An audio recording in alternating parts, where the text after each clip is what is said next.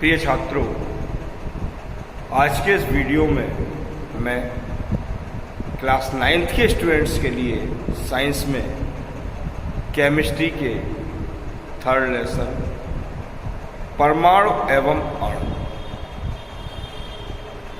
मैं आपको आज कुछ रासायनिक संयोग के नियमों के बारे में जानकारी दे रहा हूं। फर्स्ट लॉ है द्रव्यमान संरक्षण का नियम, अर्थात law of conservation of moss.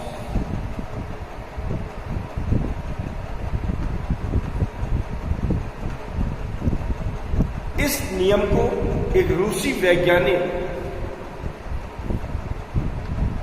MP Lomonosov ने 1756 में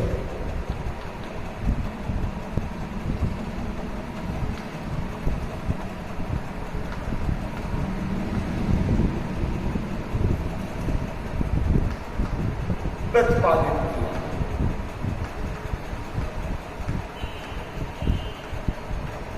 अर्थात इस नियम के बारे में एमपी लोमोनोसोव ने स्पष्ट किया और ये बताया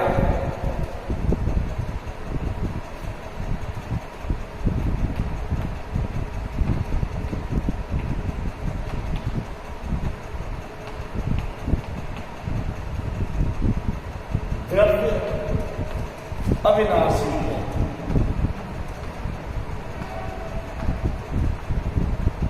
अर्थात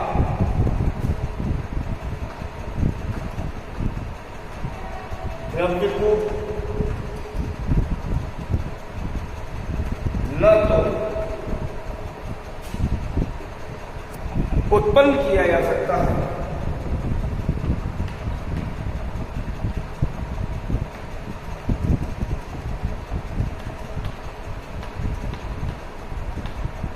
और ना ही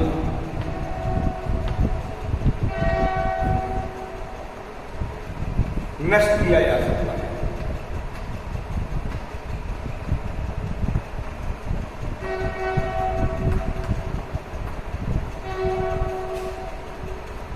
अर्थात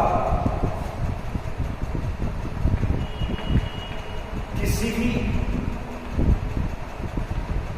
रासायनिक क्रिया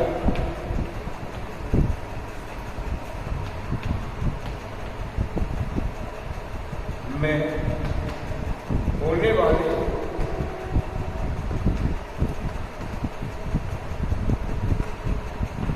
परिवर्तन के उपरांत या फलस्वरूप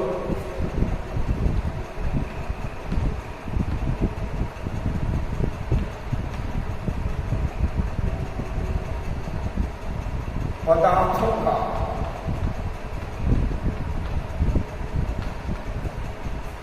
कुल द्रव्यमान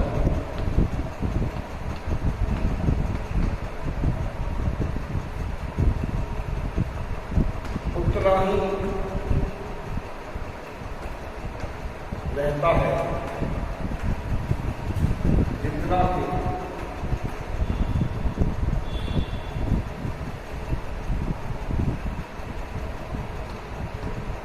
अभिक्रिया से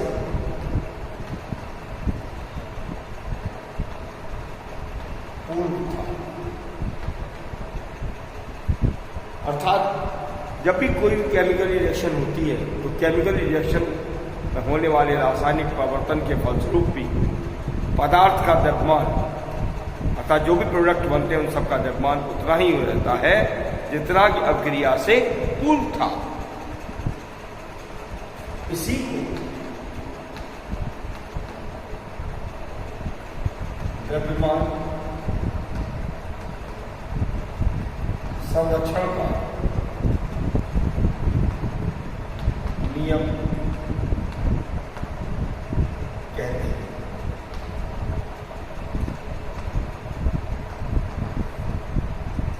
स्टूडेंट्स, इस नियम को सत्यापित करने के लिए लैंडोल्ट ने एक प्रयोग किया।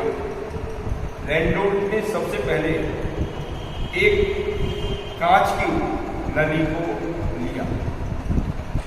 इस नली की सबसे बड़ी विशेषता यह थी कि इसमें दो नलियां एच के आकार में परस्पर जुड़ी हुई थी।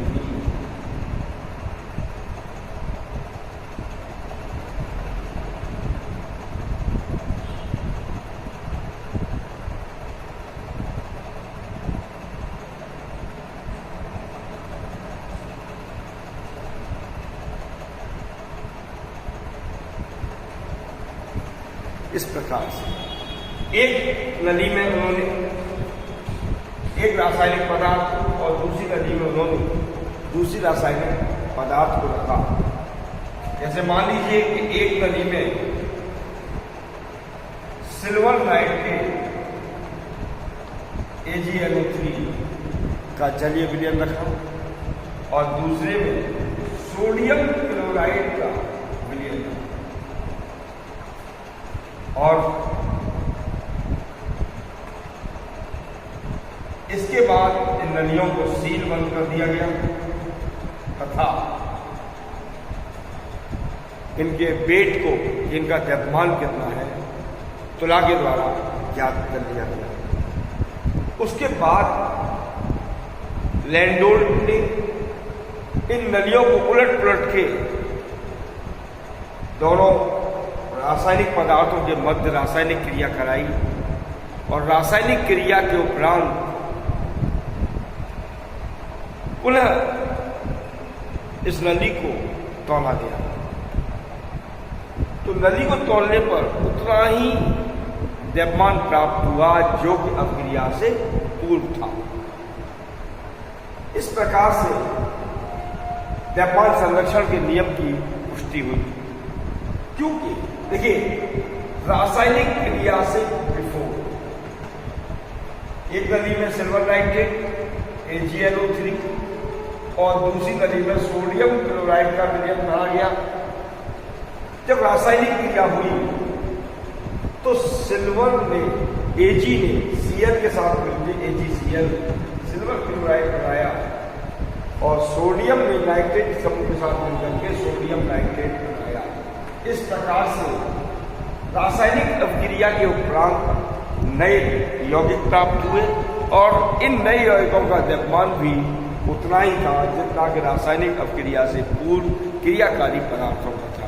इस प्रकार से द्रव्यमान संरक्षण के नियम की पुष्टि हुई। अब मैं आपको स्थिर अनुपात के नियम के बारे में जानकारी दे रहा हूं। लॉ ऑफ कांस्टेंट प्रोपोर्शन सन 1799 में जोसेफ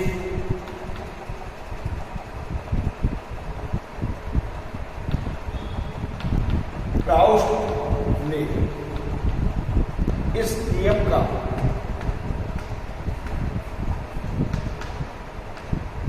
प्रतिपादन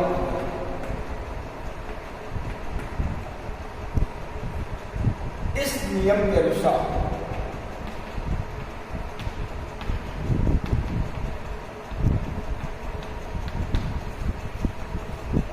कोई भी यौगिक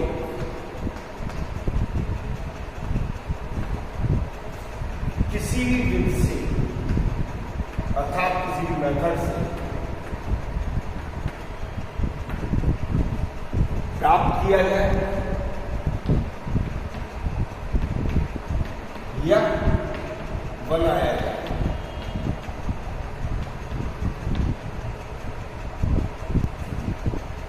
उसमें तत्वों के द्रव्यमान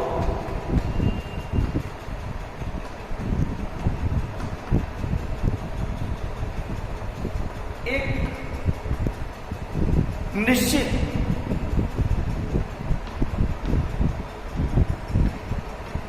रेशियो अर्थात अनुपात में संयुक्त होते हैं।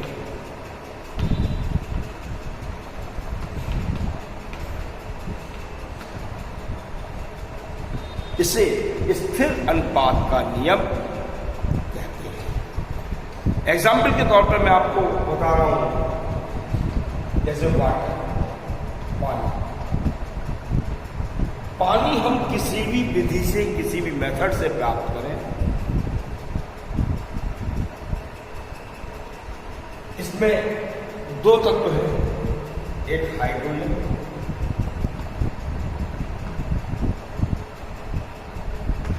और दूसरा है ऑक्सीजन। इन दोनों में यदि हम रेशियो की बात करें तो हाइड्रोजन और ऑक्सीजन का क्या अनुपात है? देखिए, हाइड्रोजन का एटॉमिक मास है 1, चूंकि इसमें हाइड्रोजन के 2 परमाणु हैं, इसलिए उसे मल्टीप्लाई करते हैं तो ये 2 हो गया। और ऑक्सीजन का जो एटॉमिक मास है 16, तो हम इसको कह सकते हैं कि 2 × 2 2 × 16, अर्थात 2 से दोनों ही रिड्यूस हो रही हैं संख्याएं, इसलिए 1:8। तो जल में हाइड्रोजन और ऑक्सीजन का जो द्रव्यमान का अनुपात है वह 1:8 है। दूसरा एग्जाम्पल दे रहा हूं मैं आपको, CO2 अर्थात carbon dioxide.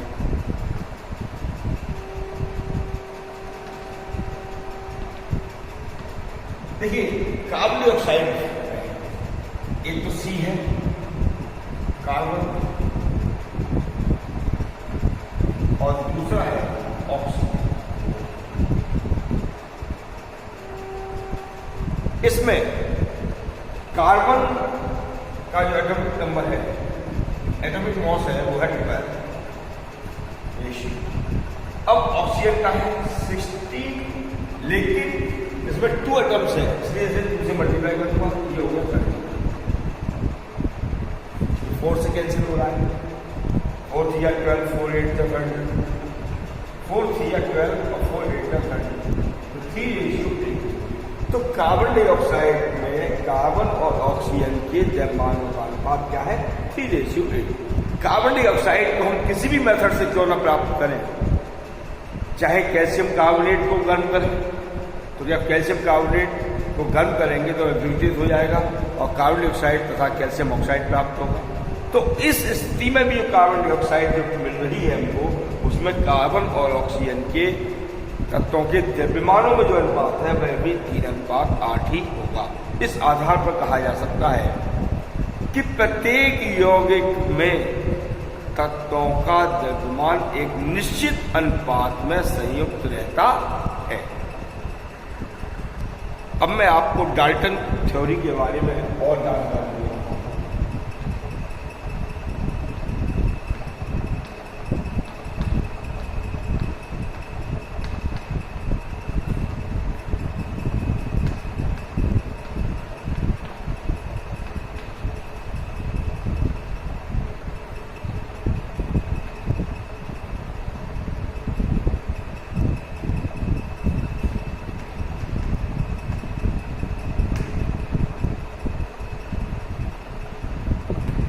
Dalton's atomic theory.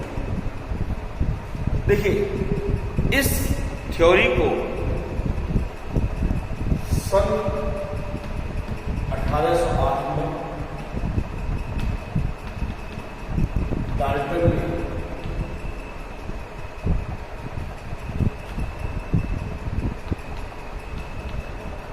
प्रतिपादित।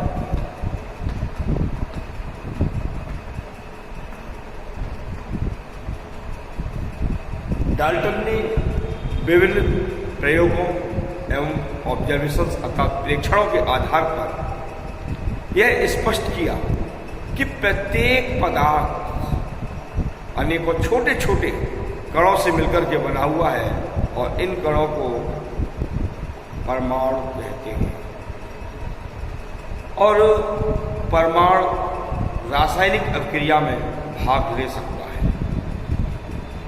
साथ ही डाल्टन द्वारा दिए गए तथ्य वैज्ञानिक रूप से मान्य हुए और इन्हें डाल्टन के परमाणुवाद के रूप में जाना गया। इस सिद्धांत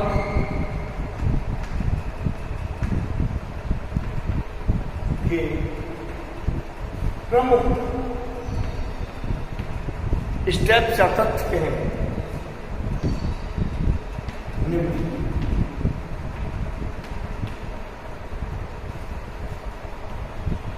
फर्स्ट स्टेप ये बताएगा प्रत्येक पदार्थ अनेकों सूक्ष्म कणों से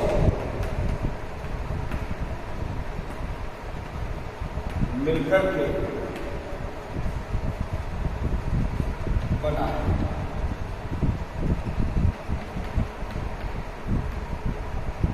इन कणों को परमाणु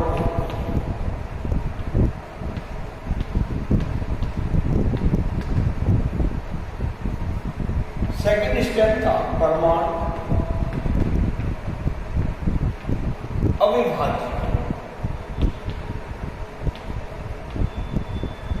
अर्थात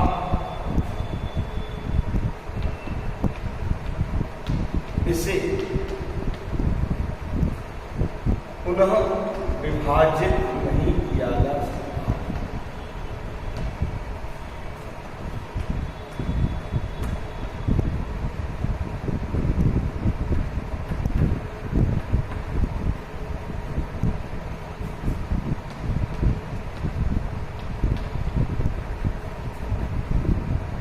परमाणु अविनाशी है।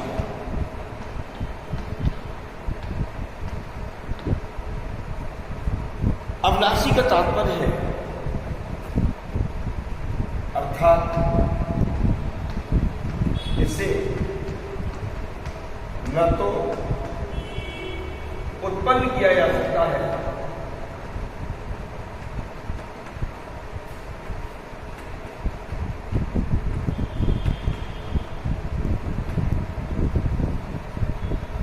और ना ही नष्ट किया जा सकता।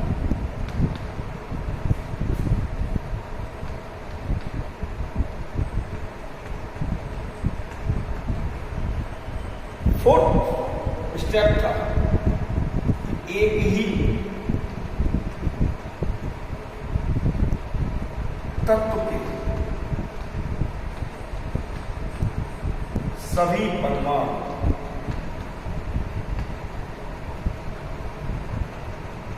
आकार, द्रव्यमान एवं गुणों में समान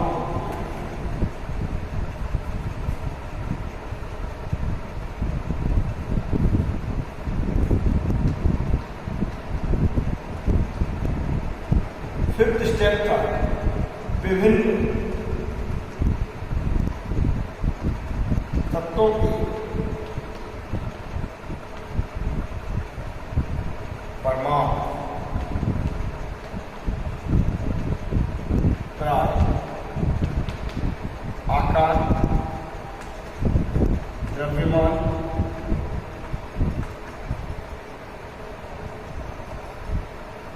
एवं गुणों में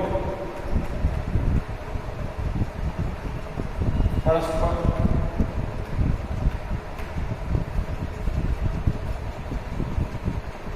भिन्न हो।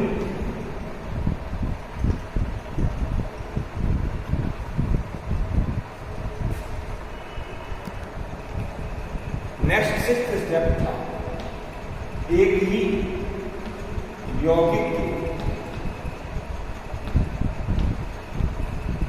सभी यौगिक परमाणु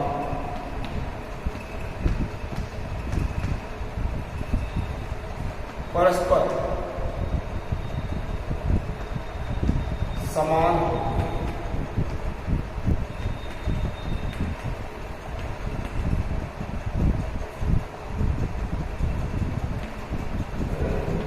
दो या दो से अधिक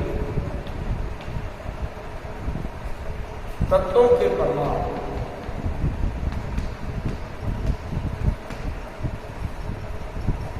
सरल गुणित अनुपात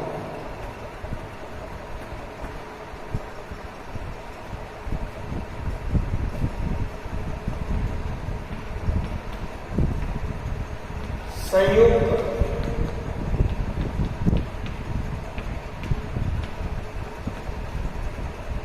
और नेक्स्ट देखते हैं कि परमाणु रासायनिक क्रिया के उपरांत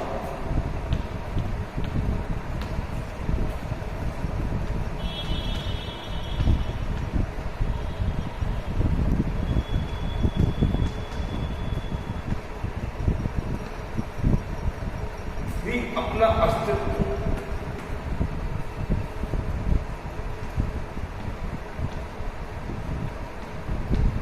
बनाए रखता है।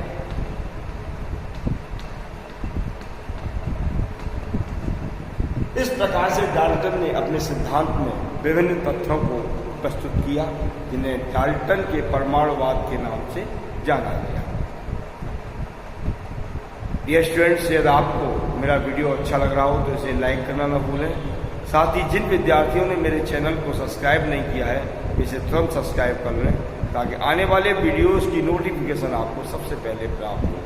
Thank you.